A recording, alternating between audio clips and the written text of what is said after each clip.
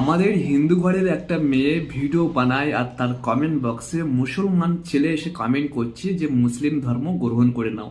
তুমি একজন হিন্দু মেয়ে, মুসলিম ধর্ম গ্রহণ করে নাও। হ্যাঁ বন্ধুরা, এই ভিডিওটা দেখুন, তারপরে পরে বলছি। ভিডিওতে একটা ইসলাম দাদাভাই কমেন্ট করেছে যে তোমাকে অনেক ভালো লাগে, তুমি মুসলিম হয়ে যাও।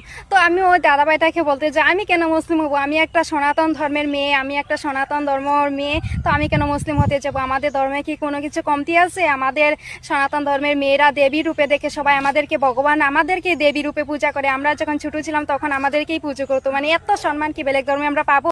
বন্ধুরা দেখতে পাচ্ছেন, সেই জিহাদিকে উপযুক্ত জবাব দিয়েছেন হিন্দু বোনটি। আর যে সকল জিহাদিরা এই সমস্ত কমেন্ট গুলো করো, তোমাদের কি শরম লজ্জা নেই? একটা কথা মনে রাখবেন, সনাতন ধর্ম জন্ম হয় কিন্তু তৈরি হয় না। আমাদের এই হিন্দু বোনটি জন্ম হয়েছে কিন্তু তৈরি হবে না তোমাদের ওই ধর্ম, ঠিক আছে? তো বিশেষ করে হিন্দু ধর্মের ছেলে মেয়েদের যারা এই সমস্ত কথা বলো না, তোমাদের একটা কথা বলি, এই তৈরি হওয়া জিনিসকে কখনো হিন্দু ধর্মের মানুষেরা গ্রহণ করবে না, কারণ আমরা জন্ম থেকেই হিন্দু।